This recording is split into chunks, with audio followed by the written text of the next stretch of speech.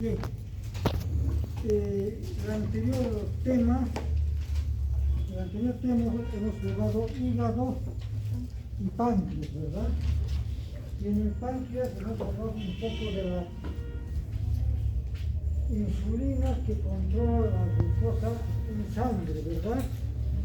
Ya. Solamente quería decir algo, que la glucosa en sangre se tolera hasta 110 o un poco más por milímetro cúbico de sangre, pero ¿por qué nos interesa eso? Cuando tenemos que extraer la muela, el odontólogo tiene que preguntar a su paciente su estado general, y si el paciente le dice, tengo problemas de glicemia, soy diabético, algo de eso, no tiene que pasar de 160 miligramos. Si pasa de 160, no se puede extraer la muela, porque la herida no se va a cerrar. Y si no se cierra, se puede infectar. Entonces nos interesa también a nosotros saber el estado general del paciente en todos sus aspectos. Y si es mayorcito, también la diabetes la inclusive desde joven. Pero si su glicemia está a 160 o más, no se puede sacar la muela. Entonces tenemos que hacer que baje la glicemia. La glicemia se controla, se baja fácil, pero tiene que bajar. Así más de 160 no se puede sacar una muela. ¿Listo? Por eso estos temas, materias, lo llevamos en básico. Después, como les digo, cuando llegan a preclínicas, clínicas, ya van a llevar todo de especialidad. Entonces, ya los temas generales, tal vez no los van a repetir. Bien, jóvenes. Terminado eso, vamos a entrar a ver otro tema, que es el sistema circulatorio. Igualmente el sistema circulatorio es todo una especialidad médica. Sistema cardiovascular se llama, ¿no? Es toda una especialidad médica que se estudia igual, con especialidad 3, 4 años. Entonces nosotros tenemos que aquí ver algo de nociones. Ya les he dicho, nos interesa saber, nosotros tenemos que usar a tratamientos en boca y tenemos que saber su estado general. Por lo tanto, nos interesa saber el sistema circulatorio. Aquí vamos a llevar desde el punto de vista histológico. Es bueno que sepamos, en pocas palabras, algo de historia del sistema circulatorio. Les voy a contar un cuentito. En el 1300 había un señor que se llamaba Miguel Servet. En el año 1300, imagínense la mentalidad de esa época, hasta 2000, se decía que todo lo que era del cuerpo solamente tenía que ver Dios. Ningún ser humano podía ocuparse de lo que ocurría dentro del cuerpo.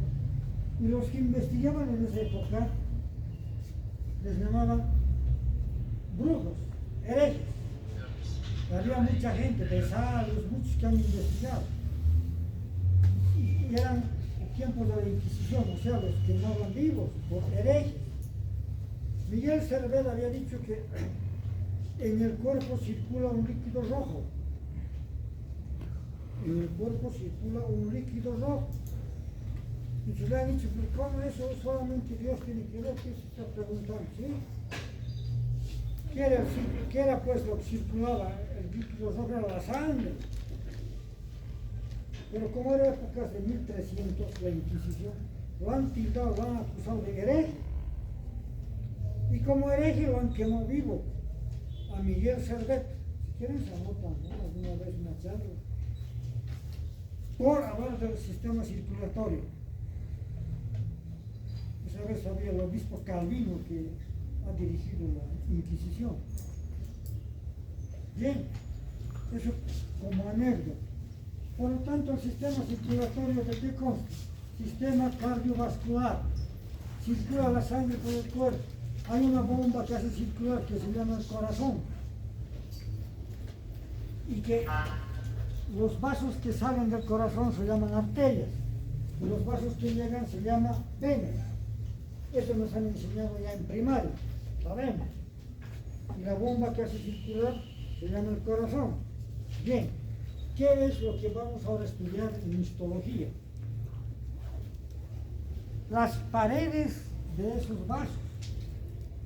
Porque las otras cosas, que es grande la fisiología, inclusive la anatomía, más que todo la fisiología, problemas, ya les he dicho, son problemas de especialidad médica.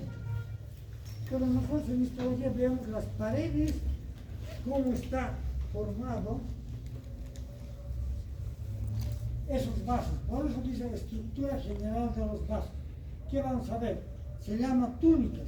Había habido 3 túnicas de adentro para afuera. Túnica íntima, media y adventicia. Bien, vamos a ver entonces esas túnicas de esos vasos del sistema circulatorio. Además del líquido rojo de la sangre, también circula la linfa. La linfa todo tiene vasos delegados. Hoy vamos a ver lo que circula de la linfa. Pero ahora veamos los vasos sanguíneos.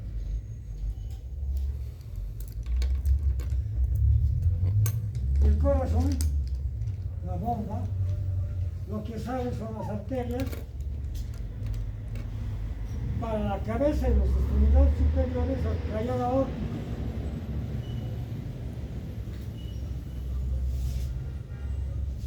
El tronco rectocefálico derecho, la arteria carótida primitiva.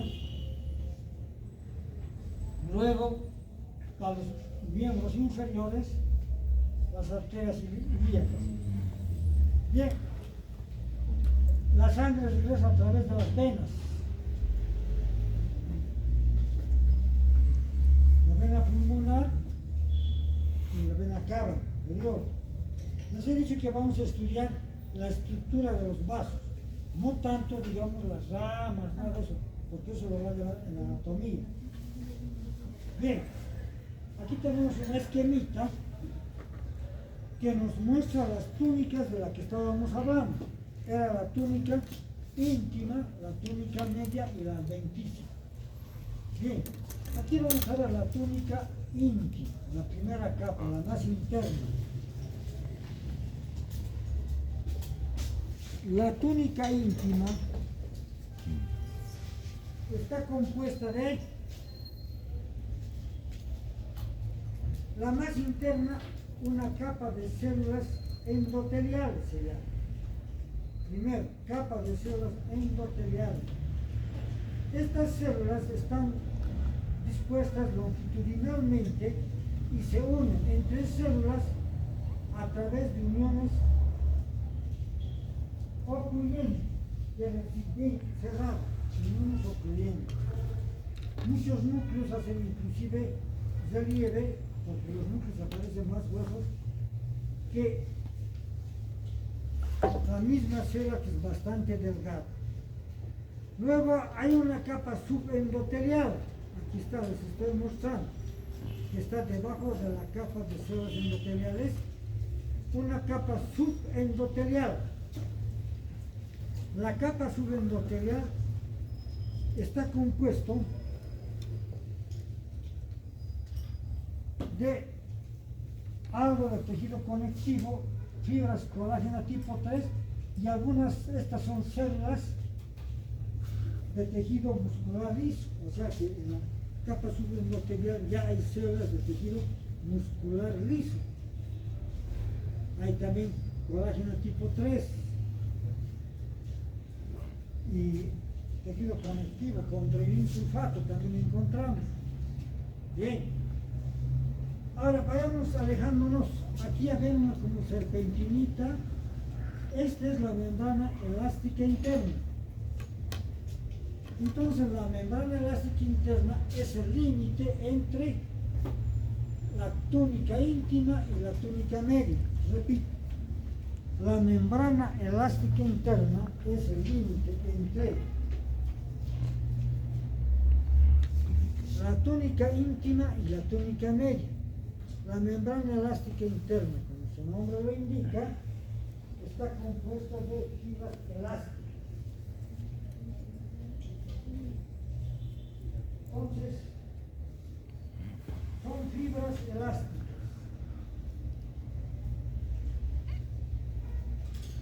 Bien, ahora veamos la túnica media. Ahí está la túnica media. Aquí vemos un montón de células. Estas son células de tejido muscular liso. Células de tejido muscular liso. Además que entre ellas también hay fibras elásticas y algo de tejido conectivo también.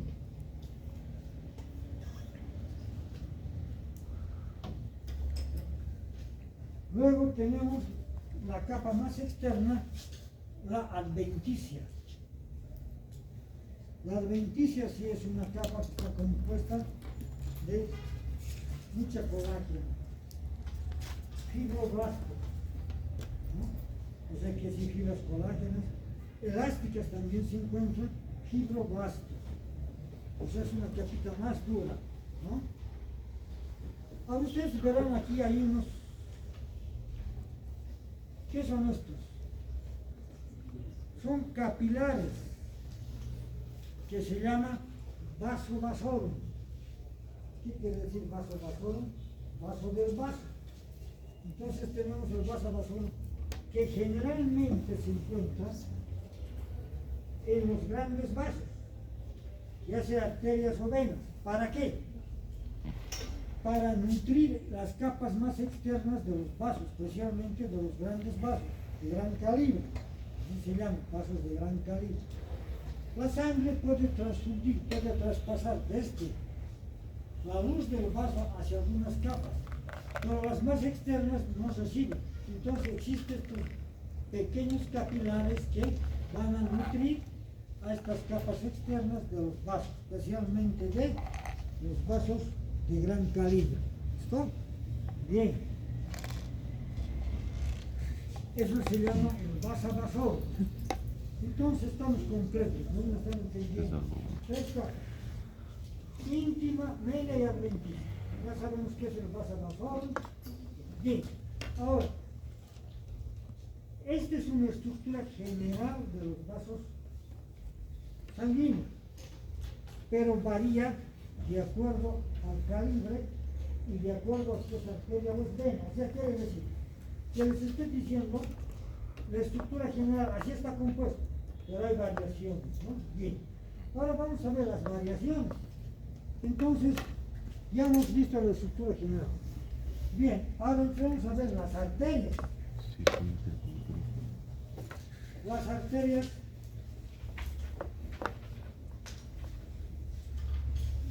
las clases de arterias. Entonces pongamos como subtítulo, esta es la estructura general. Al otro subtítulo, clases de arterias. Otro subtítulo. A ver, vamos a ver. Bien, también pueden anotarse aquí. Clases de arterias. A ver, tenemos arterias elásticas de gran calibre o arterias de conducción. Dos, arterias musculares o de distribución. Tres, arteriolas. Esto ya vamos a ver aparte, senos carotídeos, cuerpos carotídeos. Pero tenemos tres clases de arterias. Las más grandes, arterias elásticas, las medianas, arterias musculares, y las de menor calibre, las arteriolas. ¿Ya? A ver, copiense así. Bien. Entonces las más de mayor calibre habían sido las arterias de conducción, o también llamadas arterias elásticas. Las elásticas, arterias de conducción.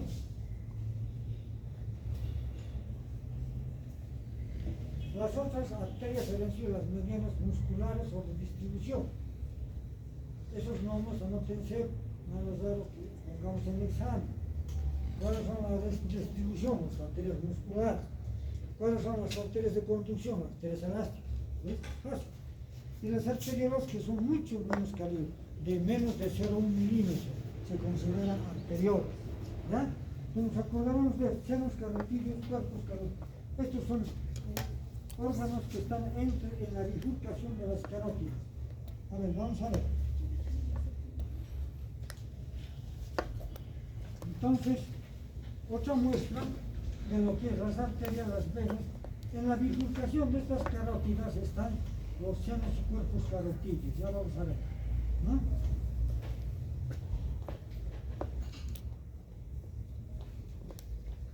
Ya, bien. Aquí tenemos un esquemita para que podamos distinguir las arterias de gran calibre, arterias elásticas, las de mediano calibre, arterias musculares y las arteriales. Es un esquemita, ¿no? Para que ahora vamos a entender la estructura de estos vasos. Primeramente, los de mayor calibre, las arterias elásticas. ¿Cuáles habían sido las arterias elásticas? Las que salen del corazón. Ya hemos visto el cabello aórtico, las arterias pulmonares, inclusive la carótida primitiva o inclusive el puente rectocefálico. ¿Cuál es la diferencia? ¿Qué pasa en estas arterias? Vamos a ver la estructura de las paredes de estas arterias. La arteria elástica se llama elástica porque tiene en su túnica media gran cantidad de fibras elásticas. Ya les he dicho, las arterias que salen del corazón. Porque el corazón bota sangre con fuerza. Alguna vez nosotros, bueno, por carnaval o por cumpleaños o por fiesta de niños, hemos inflado esos globitos que son bien largos, con toda fuerza, y el primer soplón que hacemos, el globito que hace, se hincha, ¿verdad? El primer soplón.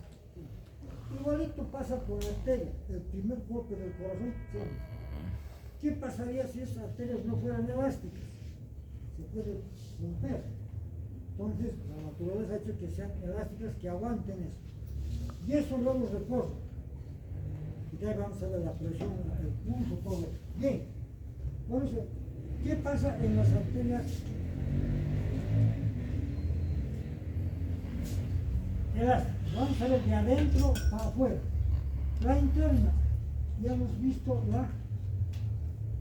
la túnica íntima. Túnica íntima. Está compuesto por células endoteliales, ya hemos dicho. Aquí hay algo que quiero ver.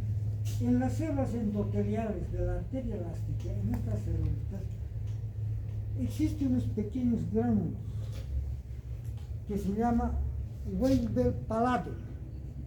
W-E-I-B-E-L. Weber, W-E-I-B. B larga E-L. Weber Palade. Palade como se pronuncia, ¿ya? Hay unos cuerpitos, Weber Palade. Y que tiene, se ha estudiado el factor Willebrand.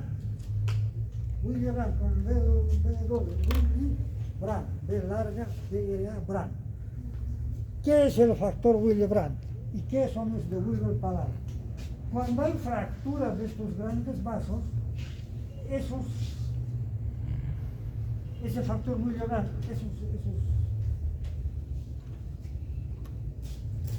ese factor Willebrand con esas pequeñas moléculas de Weber Palade hace que se haga un coágulo. Entonces, ¿para qué? Para evitar las hemorragias profusas. O sea, se coagula para evitar las hemorragias profusas. Esto existe especialmente en las arterias de gran calibre. Especialmente en las arterias de gran calibre. Entonces, le hay una defensa. Puede haber un coágulo. Llevamos 20 minutos. Profusa, ¿no? Eso también nos puede salvar la vida en un momento. Bien. En las arterias, en la túnica, ahora vayamos a la túnica media. Ya les he dicho, la túnica media está compuesta de fibras elásticas, ¿no? Fibras elásticas. Se dice que al nacer tenemos 40 láminas de fibras elásticas, son láminas fenestradas. Hay 40 capas. Y que ya en la edad adulta llega a 70 capas. Entonces, lo van a notar. En el neonato 40 capas. Y en el adulto hasta 70 capas en la túnica media de las arterias elásticas, ¿no? Bien. Eso es importante.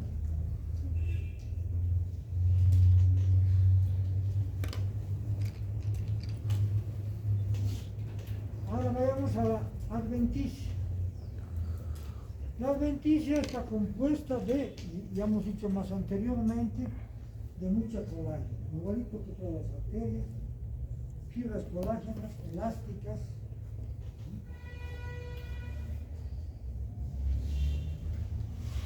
Bien, ya sabemos entonces las arterias elásticas. Ahora vayamos a las arterias de calibre medio, que se llama arteria muscular. Entonces póngale dos arterias musculares distributivas, que ya son todas las otras arterias que se desprenden de las arterias de gran calibre. ¿No? En cada bifurcación siempre se va disminuyendo el calibre de las arterias. ¿No? Se considera arterias, esto solamente por razones de didáctica, digamos, para los cirujanos, hasta 0,1 milímetro de calibre se considera arteria. ¿No? Las arterias musculares o de mediano calibre están tal cual llevan toda la conformación que hemos hablado de la estructura general de las arterias. Cuando hemos hablado de estructura general de la arteria, prácticamente es el típico caso. Túnica íntima, la media, que es una arteria, aquí eran fibras elásticas. En la muscular se llama muscular porque su túnica media tiene células musculares lisas. Ahí está la diferencia. Aquí hay elástico, aquí hay fibras musculares lisas, fibras musculares. Evidentemente que también hay un poco de fibras elásticas, ¿no? Se nota aquí bien clarito la membrana elástica interna, que divide la túnica media de la túnica íntima. Membrana elástica interna. Inclusive se dice que es doble, bífida, dicen algunos textos. Y también se nota la membrana elástica externa, que divide la túnica media y la adventicia. O sea, aquí es característico la estructura general de las arterias, que sus capas de tejido muscular pueden llegar a 70 capas. En la arteria muscular, arterias de calibre medio, 70 capas. Evidentemente, cuanto más disminuye el calibre, también disminuyen las capas. O sea, cuando el calibre ya es menos, entonces disminuyen las capas de tejido muscular de las arterias de calibre medio musculares. Disminuye. ¿No? Ahora vamos a ver lo más chiquitito, las arteriolas. Menos de 0,1 milímetro ya se considera arteriola. Pueden anotar, menos de 0,1 milímetro se considera arteriola. Las arteriolas. ¿Menos de cuánto dijo? Menos de 0,1 milímetro.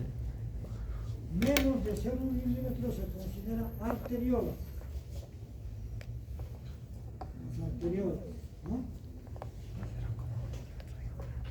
Solo dijo 0,1. Y tiene en la túnica media ya 2 o 3 capas nomás.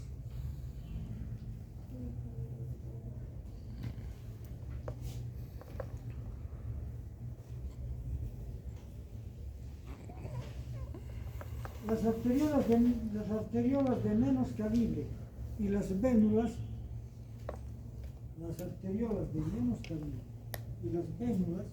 no tienen túnica media. Las arteriolas de menor calibre y vénulas no tienen túnica media. Eso vamos a ver después. Las arteriolas, como tienen escasa su túnica media, fibras musculares lisas, ya son de menor calibre al tal extremo de que hay un momento en que falta inclusive la túnica media, las células musculares lisas ya son por sectorcitos nomás. Entonces hacen una especie de protrusión hacia la luz, sectores. Eso se llama una especie de esfínteres. Esfínteres que ya llevan el nombre de metaarteriolas. Entonces, de las arteriolas nos vamos a los calibres más pequeños, las metaarteriolas, que ya son las tres decisoras de los capilares.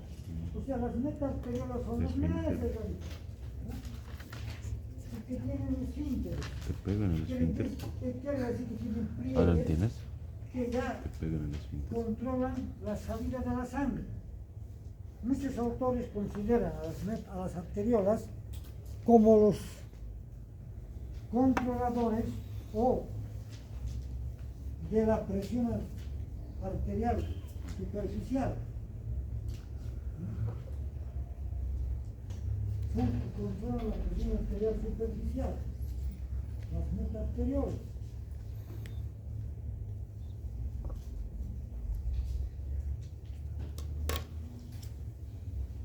Bien, después de las metaarteriolas que vienen ya los capilares, el lecho capilar.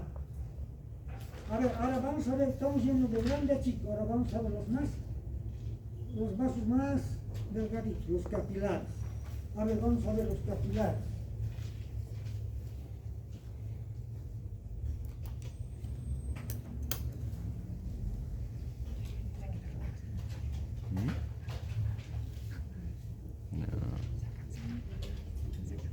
Igual yo quiero dormir.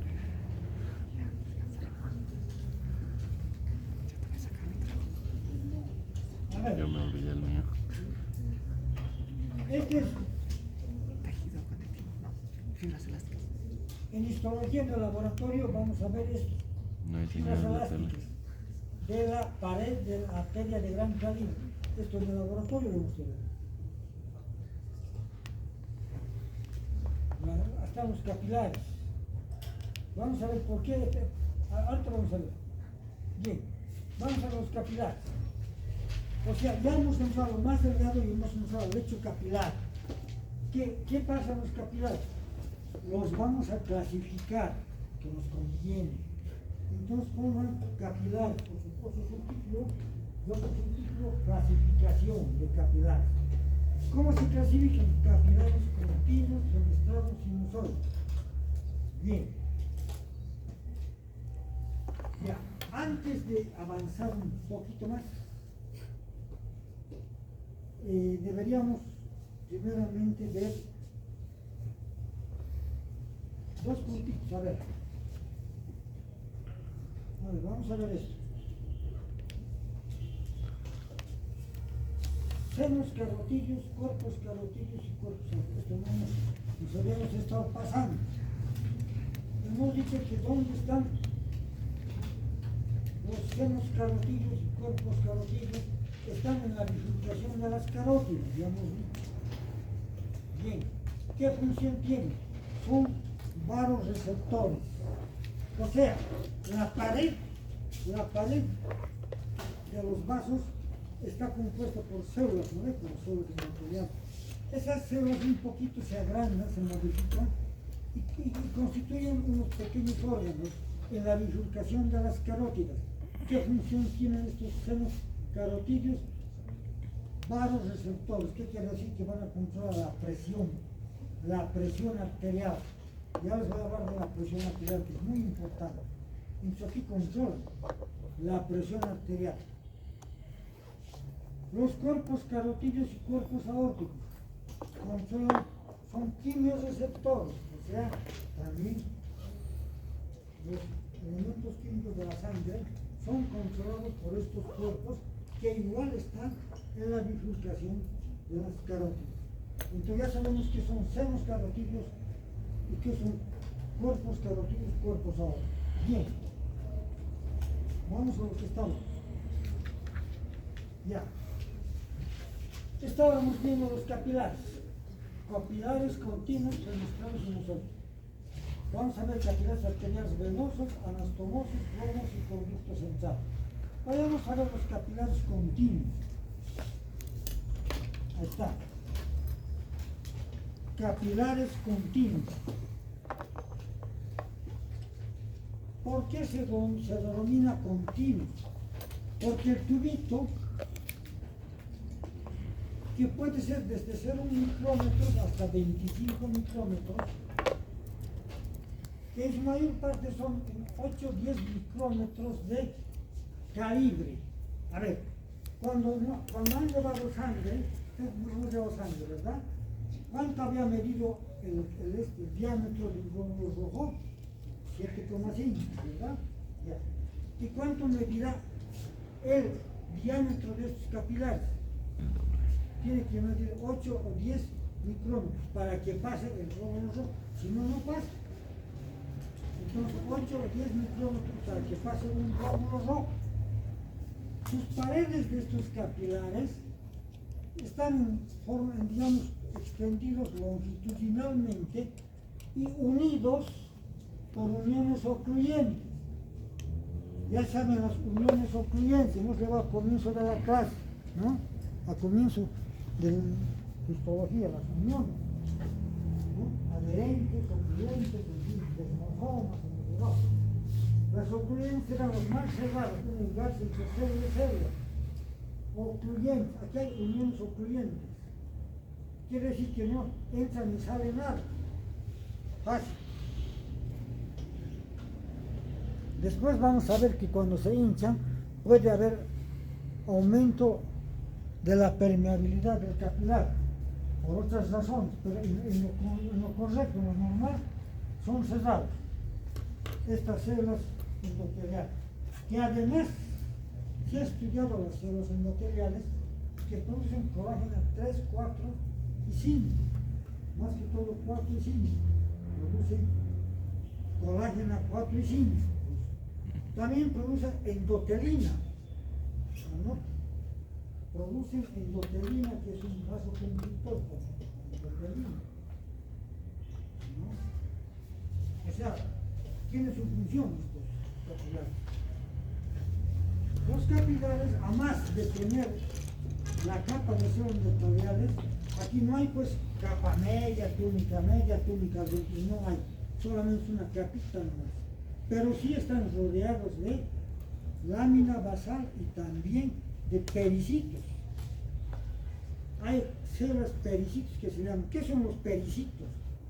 Son células indiferenciadas que pueden convertirse en células endoteliales. Entonces estos capilares no están solos, están rodeados de lámina basal y también de pericitos.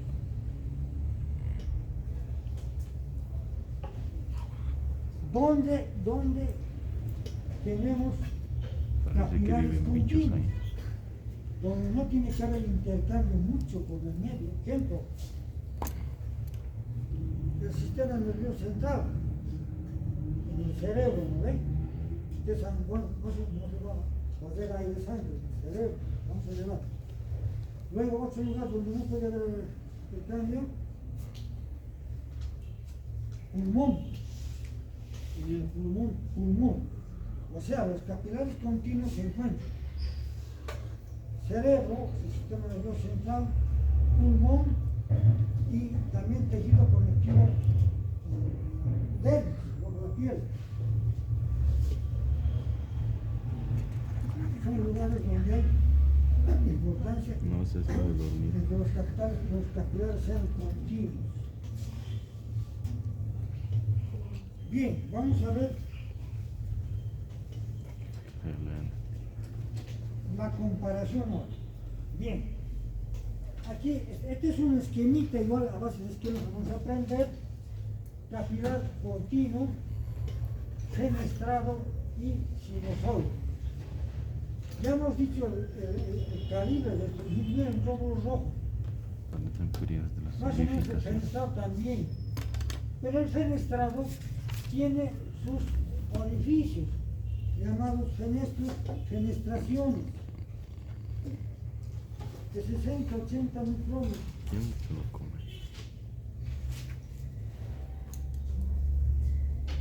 Donde sale mucho o entra sus líquidos, parte del plasma o entra también. Son con esfínteres inclusive. O sea, son fenestros con esfínteres. ¿Qué quiere decir? Que tiene sus valvulitas de apertura y cerrada, esfínteres, ¿no? Estos fenestros. O sea que aquí ya este capilar puede intercambiar sustancia con el medio.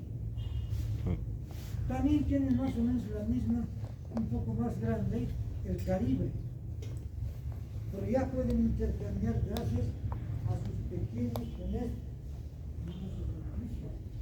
Por eso se llama fenestrado, quiere decir que está auxiliado, fenestrado. ¿Dónde encontramos capilares fenestrados? Encontramos en los lugares donde se necesita intercambio, donde entran y salen. ¿Dónde? En las glándulas endócrinas, ¿no? Las glándulas endócrinas producen una sustancia que se llama hormonas y que tiene que entrar a la sangre. Ahí están los capilares fenestrados. También en el intestino delgado, porque el intestino delgado absorbe sustancias alimenticias, tiene que entrar. Entonces ahí también tenemos los capilares fenestrados. También tenemos en el riñón. Las células del glomérulo renal son fenestradas, pero no tienen esfínteres. Bueno.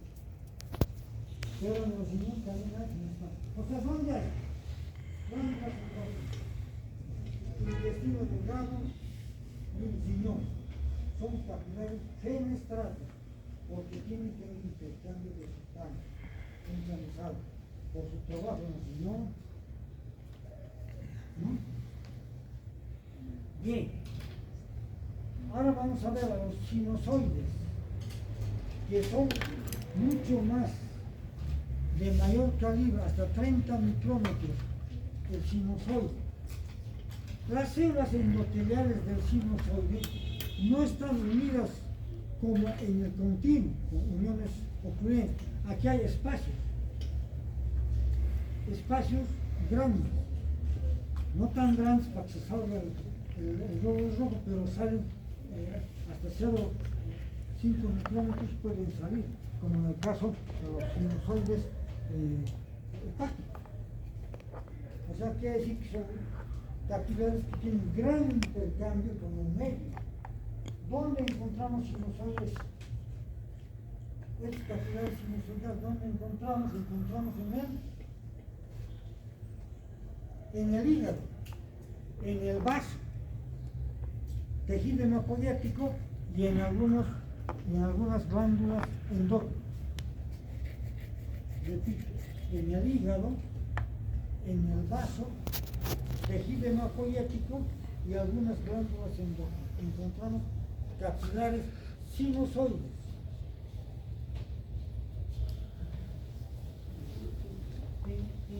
Tiene sus fenestros que alrededor de 5 micrómetros. Los capilares sinusoides.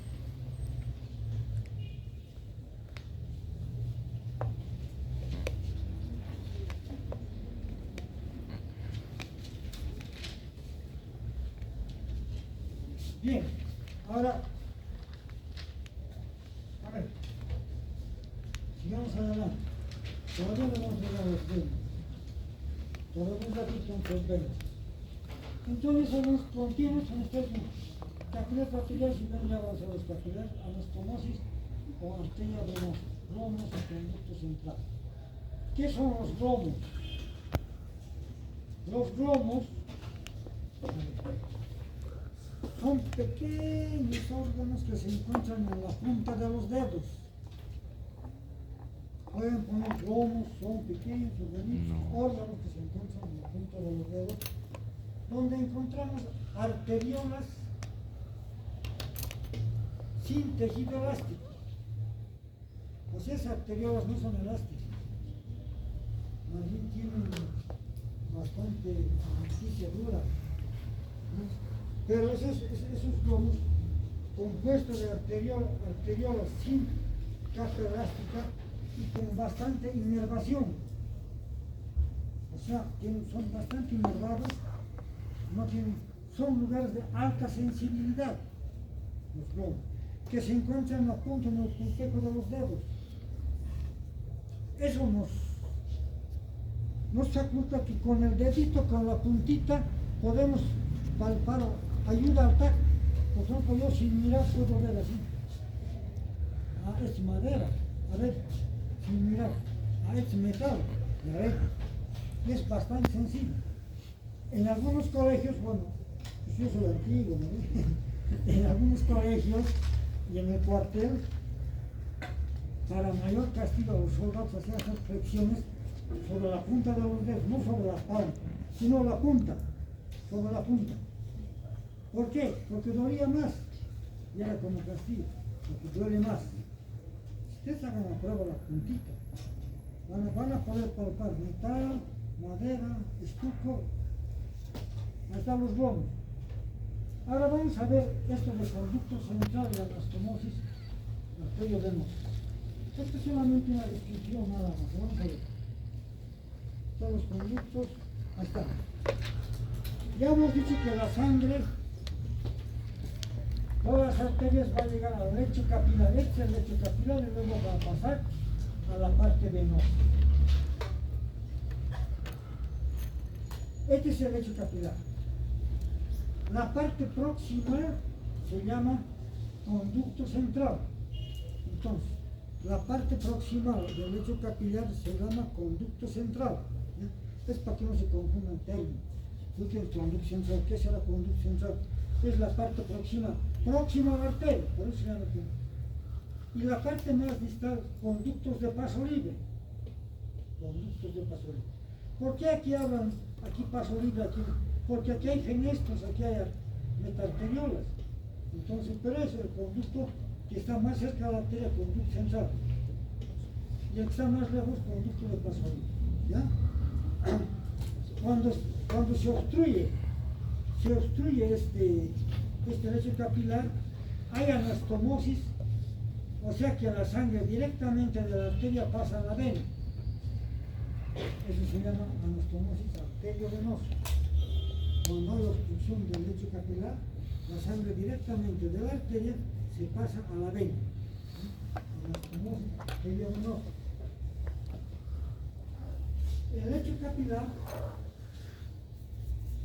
también se controla esa la presión. Ya les he dicho la presión controlada por esos cuerpos que están entre la bifurcación de las carótidas, ¿no?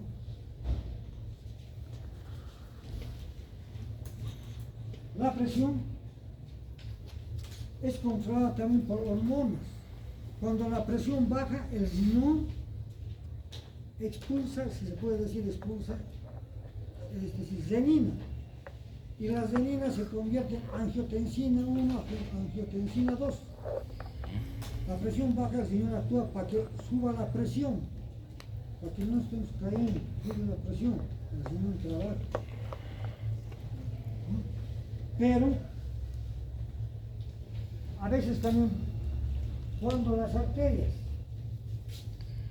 especialmente las arterias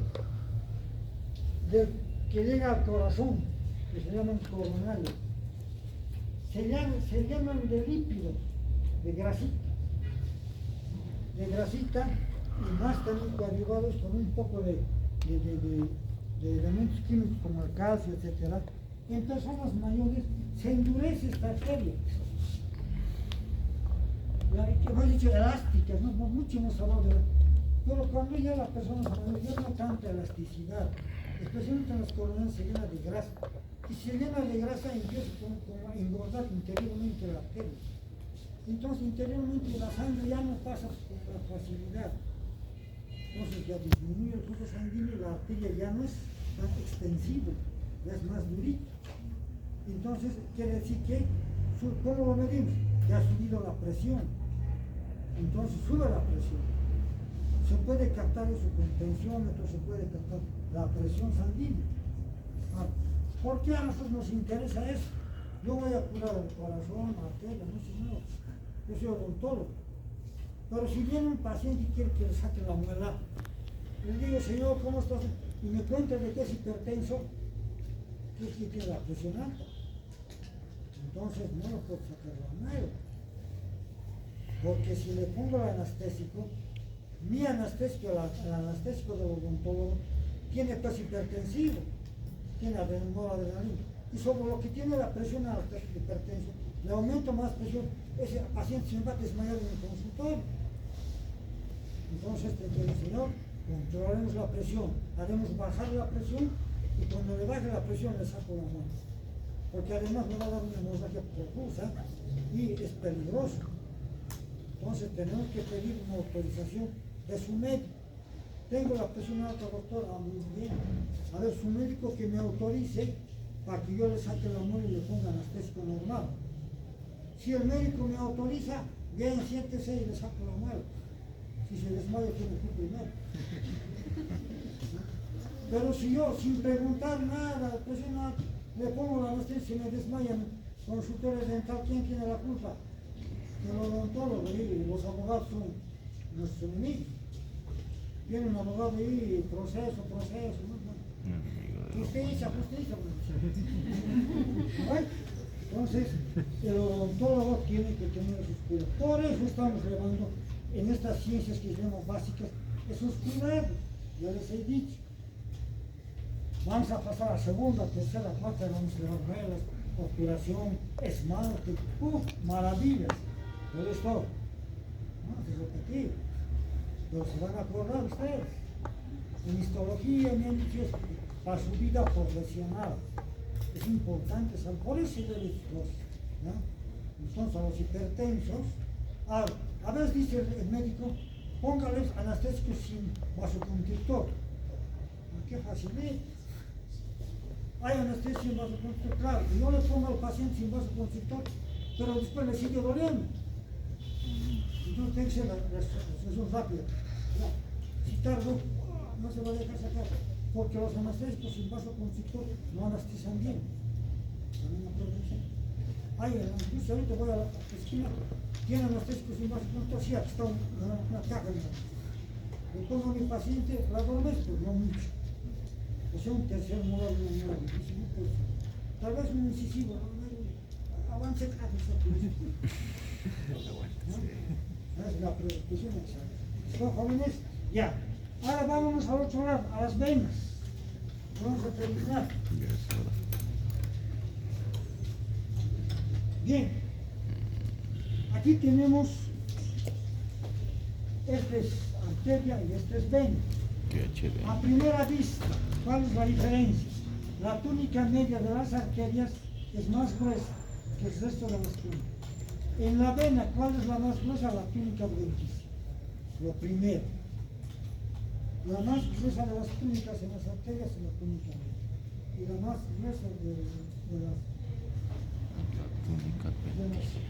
cajas, las venas, la túnica bronquial. Está la bronquial, más gruesa. Bien, las vénulas continúan el lecho capilar. Entonces estamos en el capítulo 20. Las vénulas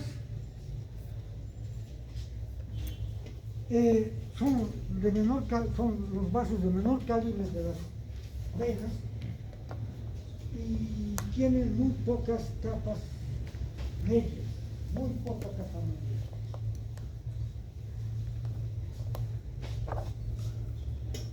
Las venas, esas capas medias, van aumentando con la vena se hace de más calidad.